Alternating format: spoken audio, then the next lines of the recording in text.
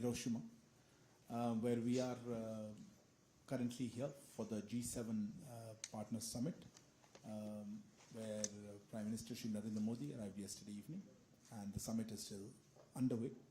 We just concluded a long day of meetings and other engagements, and to give us a sense of what has happened so far and the day ahead, we have with us Shri Vinay Kwatra, Foreign Secretary of India. Also joining us on the dais, our Ambassador of India to Japan, Shri C.B. George, as well as Joint Secretary in the Ministry of External Affairs looking after multilateral economic relations, Shri Ninad. Sir, I would request you to make an opening comments, and then we can take a few questions. Thank you very much, Arindam, and good evening to all the friends from the media, and sorry for this late night press briefing this evening, but it's just that the meetings prolonged for as long as they did. We have come to the end of packed and intensive day one of the visit of Honorable Prime Minister of India, Shri Narendra Modi, who's here in Hiroshima as part of his, on the first leg of his three-nation visit. As you may all know, Prime Minister arrived in Hiroshima late last evening, and his engagements today began early in the morning. His day was structured in terms of his meetings into three parts. The first set of things, which was spread all over the day, were a set of bilateral meetings that he had during the day. His second set of formal engagements pertained to the sessions of the G7 outreach summit between the G7 member states and the invited outreach countries. And his third session pertained to the Quad summit, which was held earlier this evening under the chairpersonship of Australia, Honorable Prime Minister Anthony Albanese, who chaired that session. In terms of Prime Minister's bilateral meetings, he had 4 or 5 meetings during the day today. He started off his bilateral meetings with Prime Minister Kishida, Prime Minister of Japan, which was followed by his meetings with President of Republic of Korea and Prime Minister of Vietnam. Later in the afternoon, he met with President of France, President Macron, and the President of Ukraine, President Zelensky. As you all also know, just giving you a brief run of different bilateral meetings that Prime Minister had. Prime Minister Kishida, as you all know, was recently in India, and today's meeting, in fact, provided an opportunity to take forward the conversation which the two Prime Ministers had held during Honorable Prime Minister Kishida's visit to India. During the bilateral meeting, the two leaders discussed the whole range of bilateral areas of cooperation. More specifically, the topics of discussions included the conduct of their respective presidencies of the two groupings that they are chairing. Honorable Prime Minister of India, the presidency of G20, and Honorable Prime Minister of Japan, the presidency of G7. Besides this, Ukraine, developments in Indo-Pacific and cooperation in Indo-Pacific, bilateral engagement in the fields of education, skill development, tourism, lifestyle for environment, that's Mission Life, which was launched by Prime Minister of India, green hydrogen, high technology area of cooperation, including semiconductors, digital public infrastructure, training and capacity building engagement across the whole range of economic areas of cooperation. These were some of the areas which featured in discussions between Prime Minister of Japan and Prime Minister of India. During this meeting, Prime Minister of Japan also informed Indian Prime Minister that the Bodhi sapling that the Honorable Prime Minister of India had gifted in March this year when Prime Minister Kishida had visited India is being planted in Hiroshima. As I mentioned, Prime Minister's other bilateral meetings were with President of Republic of Korea and Prime Minister of Vietnam, in which the discussions focused on the whole range of bilateral issues as also developments in the region.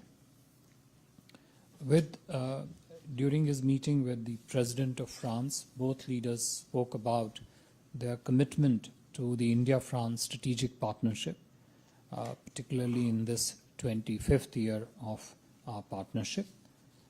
Prime Minister conveyed to President Macron that he's eagerly looking forward to his visit to France for the Bastille Day celebrations on 14th of July, where Prime Minister of India will be the chief guest. With regard to the meeting with the President of Ukraine, you have already seen earlier on in the brief tweets and the other details put out by the spokesperson.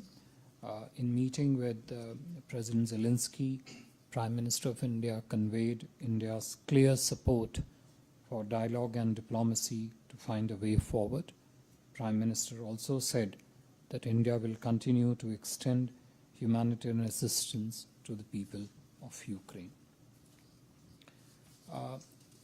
Coming to the set of sessions that were held under the G7 outreach summit between the G7 members and the outreach countries. Prime Minister of India spoke at both the sessions today. The first session focused on the different challenges which are currently being faced by the world, in particular the challenges relating to the food security, health security, developmental issues, and gender. In his intervention during this session, Honorable Prime Minister made a whole host of suggestions in terms of how the current challenges could be addressed. In particular, he made a 10-point call to action at this session. I would briefly enumerate the thrust areas of these points which he mentioned. His first point was to focus on developing inclusive food systems, and particularly the kind of food systems that protect the most vulnerable sections of the developing country communities, including in particular the marginal farmer community. Second, Prime Minister Modi strongly advocated adoption and awareness about millets. In his intervention, he brought out very clearly that millets provide a very strong path for strong, good, balanced nutrition. Through water conservation, they extend environmental benefits and have the propensity to grow well across different agroclimatic zones. Third, he focused on the a fairly substantial problem of food wastage and how the efforts to stem the food wastage can be directly linked to our efforts to strengthen food security. How less food wastage translates to greater food availability. That was the central thrust of what Honorable Prime Minister said. His fourth point pertained to the importance of depoliticizing the global fertilizer supply chains. He particularly focused on a challenge that expansionist tendencies in the world today are even trying to exercise complete control over the fertilizer resources. His fifth point, again relating to larger question of fertilizer security, pertain to the need of developing alternative models to farming practices which are more fertilizer intensive. So perhaps more you move towards organic farming, natural farming. His next step, next call to action was on developing, this is more as a part of health security, developing resilient healthcare systems. In the same context, he spoke about the need to promote holistic healthcare. And in that context, how does pursuit of traditional systems of medicine actually helps our objectives in achieving holistic healthcare. The next point of call and action, again pertaining to the larger question of health security, he focused on digital health to ensure global universal health coverage. And again, linking it up to how the challenge of health security, to address that challenge, one of the critical needs is the availability of health professionals, healthcare workers. So there he emphasized the need of mobility of healthcare professionals across different economies in order so that the challenges of the skilled human resources in providing health security needs could be addressed. He also focused, this was the 10th point of call of his action, he also focused on the need to build development models that are actually inspired less by the needs of consumerism, more by the needs of the developing countries and the growth in the developing countries. This was the thrust ideas of his principal, his intervention during the first session. The second session of the G7 Outreach Summit focused on the theme of a common endeavor for a resilient and sustainable planet, where the focus was on clean energy and environment conservation. During his intervention, the gist of it has already been openly shared with you.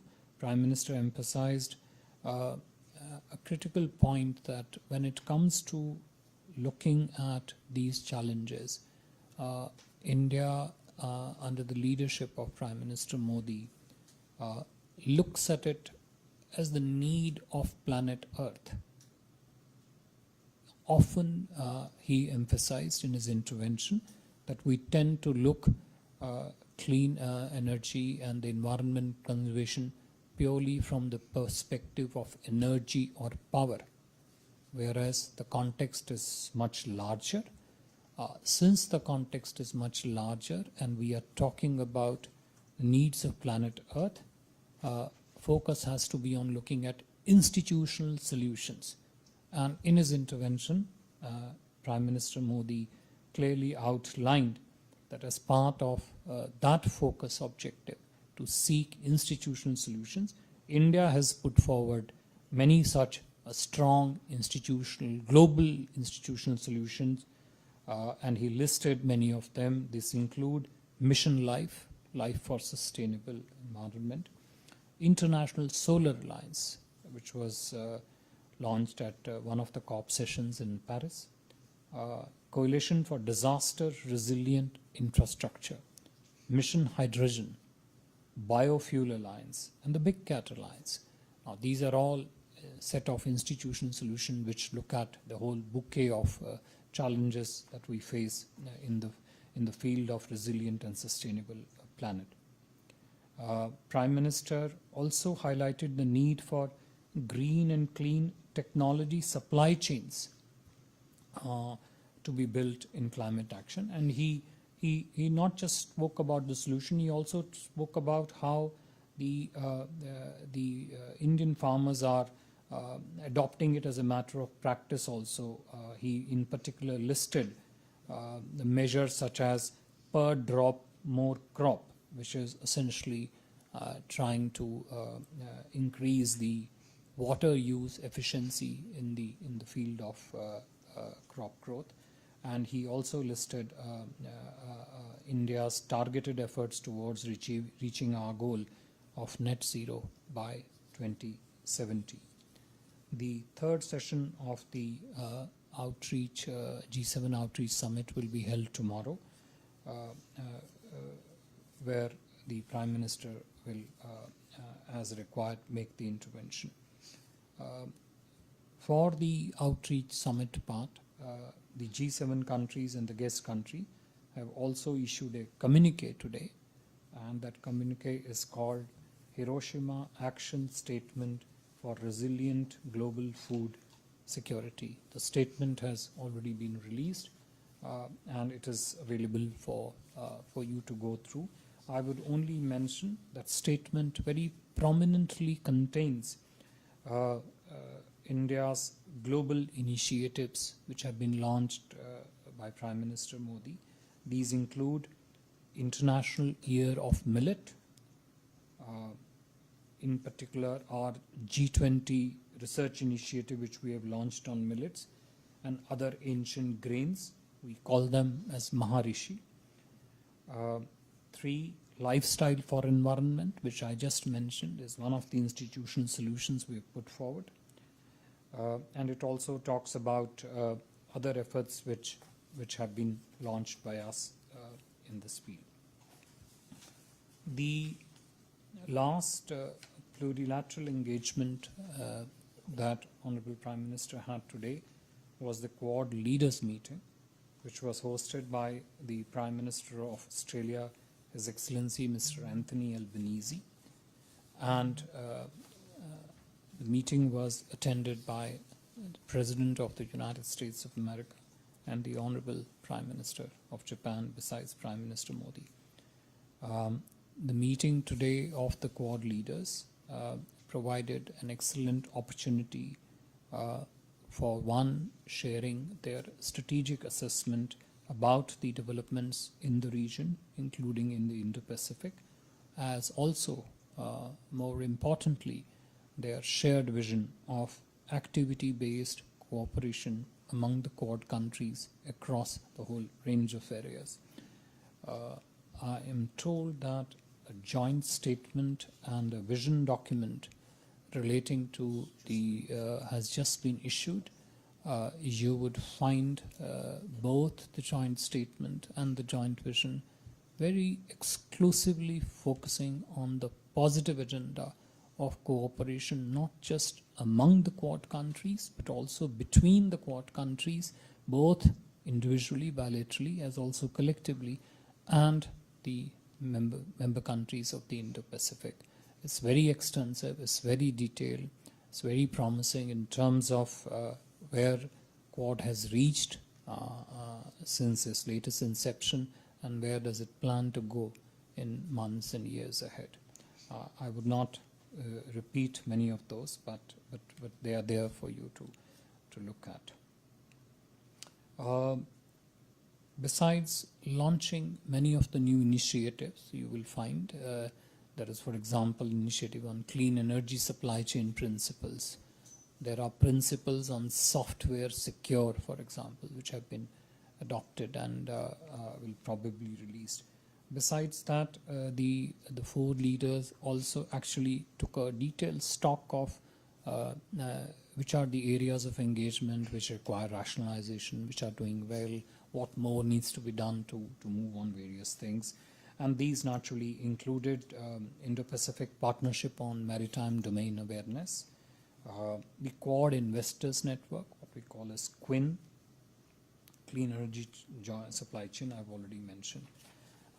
Besides his engagements in the formal engagements, bilateral in Quad and G7 Outreach Summit, Honorable Prime Minister also unveiled the bust of Mahatma Gandhi, which is a gift from the Government of India to the city of Hiroshima. The unveiling event was attended by senior Japanese dignitaries as also the Indian community members. The Prime Minister also had a separate small interaction with 2 prominent Japanese personality. Dr. Tomio Mizukami and Ms. Hiroko Takayama. Tomorrow, as I mentioned, apart from the G7 session, the Prime Minister is scheduled to have a few other bilateral meetings, details of which will be later on shared by the spokesperson. The program tomorrow would also include a visit to the Hiroshima Peace Memorial, where the leaders will pay floral tributes. I would stop here, and if there are questions, I will try and answer them. Thank you. Thank you very much, sir.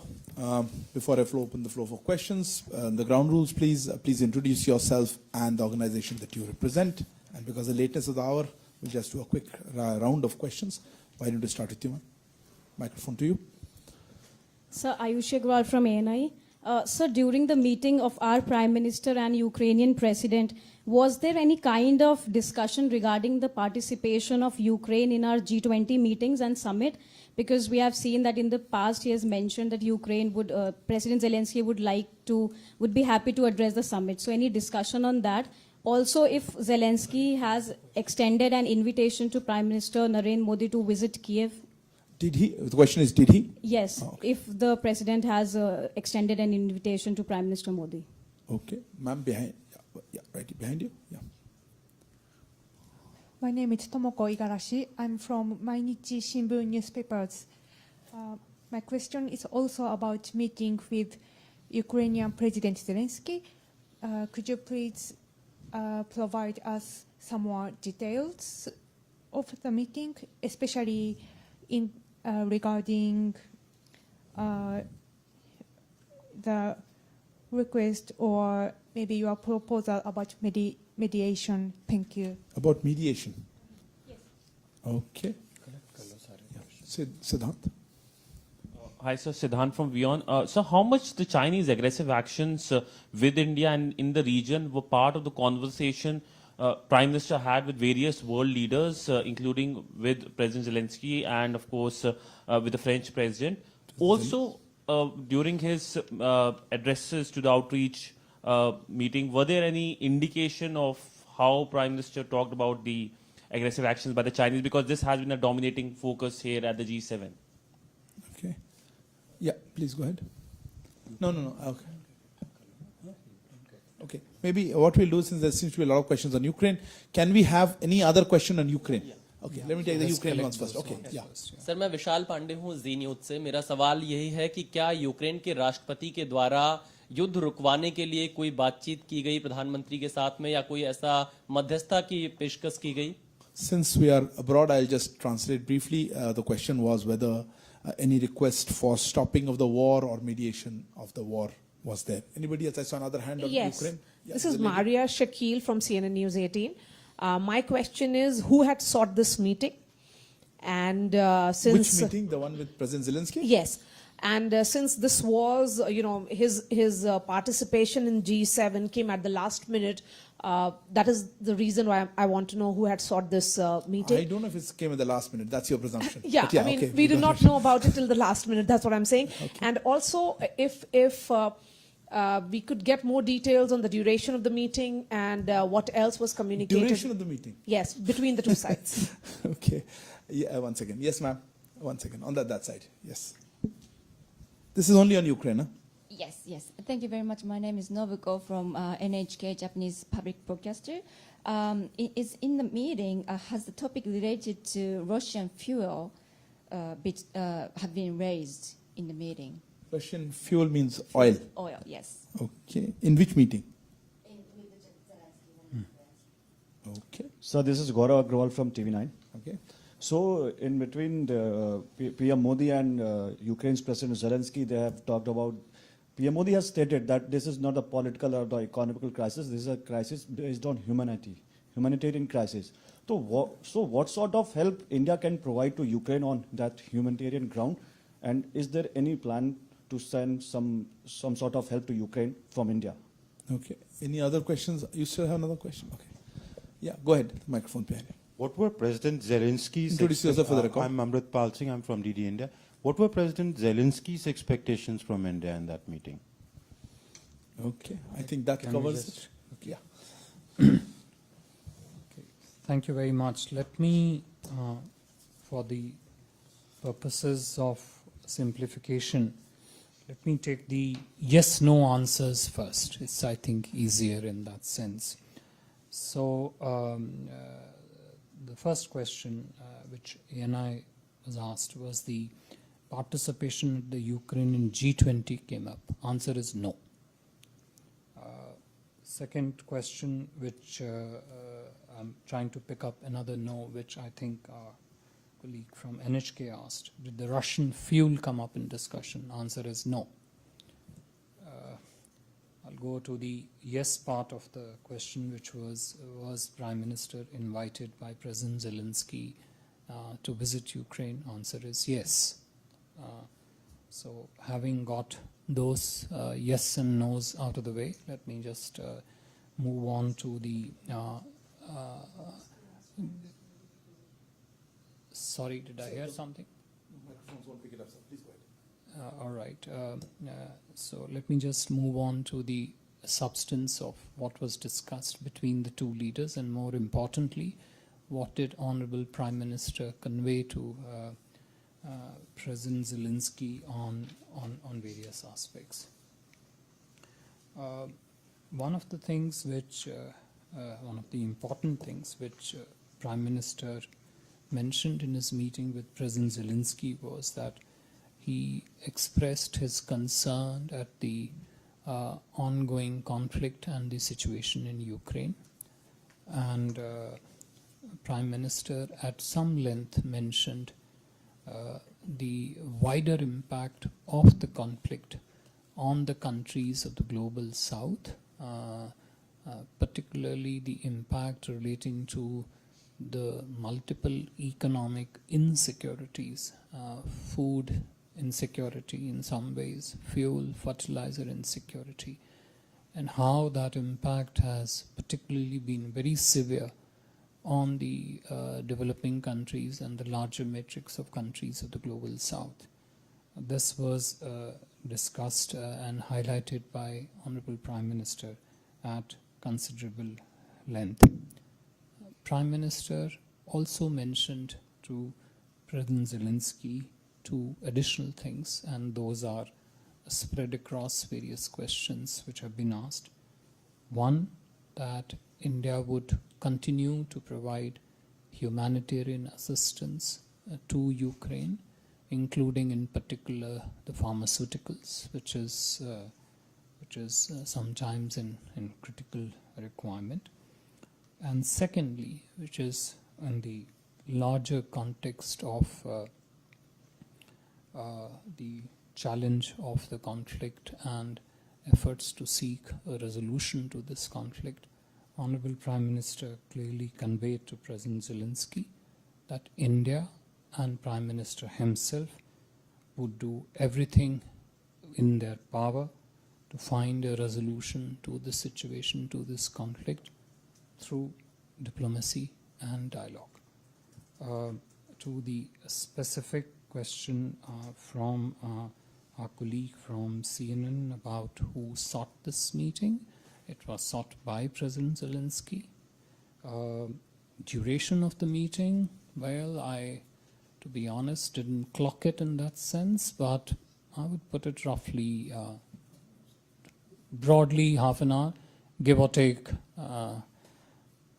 a bunch of few minutes here and there. I leave that to you. That's in terms of all, I think, Ukraine-related issues.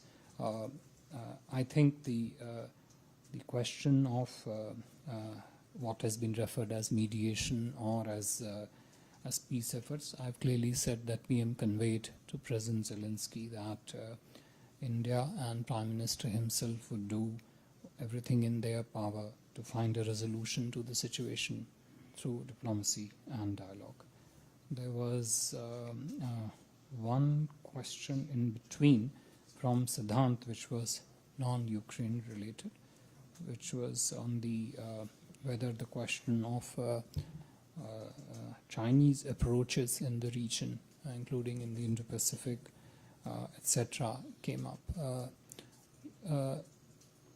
During the Quad interface. As I mentioned to you in my opening remarks, the 4 Quad leaders shared their strategic assessment of the developments in the region, including in the Indo-Pacific, and they also focused very heavily on how the Quad leaders among themselves and Quad leaders with the other countries of Indo-Pacific could cooperate to pursue a positive agenda of cooperation across various domains of engagement, but also in a manner that mitigates some of the challenges that they see in the region.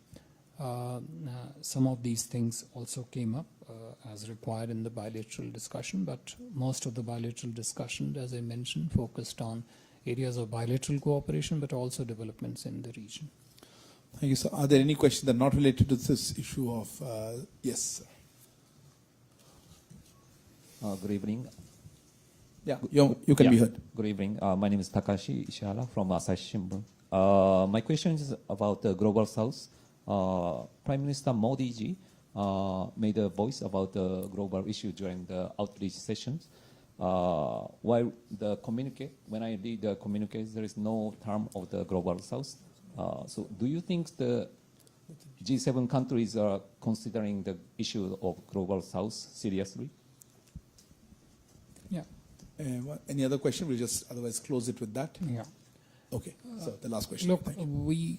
it is not correct for us to comment on the G7 communique because we are not a member of the G7. So I think those are questions that one should address to G7. But I would, respond to the larger context of G7. And I'll take you back to January.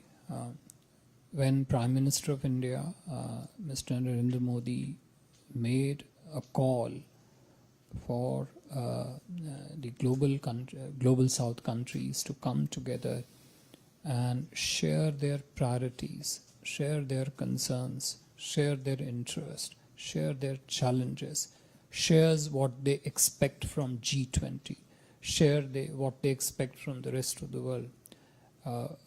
Prime Minister Honorable Narendra Modi ji invited 135 countries of the Global South. 125 countries attended that summit, Voice of Global South. The summit itself was structured around 6 sessions. There were 2 leaders level sessions, bookends, opening and the closing, and there were ministerial sessions on finance, on commerce, on environment conservation, on development partnership. And here is what came out as Voice of Global South. When you say Voice of Global South, in some manner these are individual voices, but in some manner this is also a voice of a collective, which is countries of the Global South. And the whole objective of the Honorable Prime Minister was to listen to that voice and also in a way speak for that voice. Of course, as a member of Global South, we are one of them, but we are also Voice of Global South. So what did we hear? We heard very, very clearly that Global South needs development partnership template which does not burden them with debt. And you find a clear reflection of that in Honorable Prime Minister's intervention today when he spoke about developmental template. When the countries of the Global South spoke, they said that there is a disproportionate impact of conflict in Ukraine on them. Food availability, basic food raw materials have dried up. Fertilizers, too expensive. Oil, not available. Which is what Honorable Prime Minister has highlighted in his G20 interventions and also in G7. Now, you could quibble that it is not there in X communique or Y communique. It is there in our collective conscious. If you're talking of matters relating to humanity, you would be, I would say, you would be running away from the reality if you did not actually look at what the needs, concerns, and priorities of Global South are. So, Global South I would urge you not to dismiss it as a terminology. It is a sentiment. It is a real concern. It's a reality of the challenges and the problems in India. And in all the bilateral meetings that my Prime Minister had today, every leader that he met spoke about, referred to the challenges of Global South. So, Honorable Prime Minister, when he convened the Voice of Global South Summit in January, had precisely this objective in mind.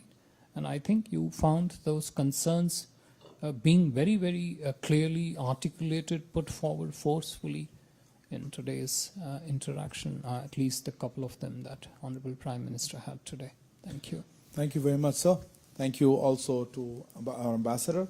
Here's Shri Silvio George as well as Shri Nath, Joint Secretary MEA. Thank you all for joining us. Good night. Thank you very much. Thank you. Thank you.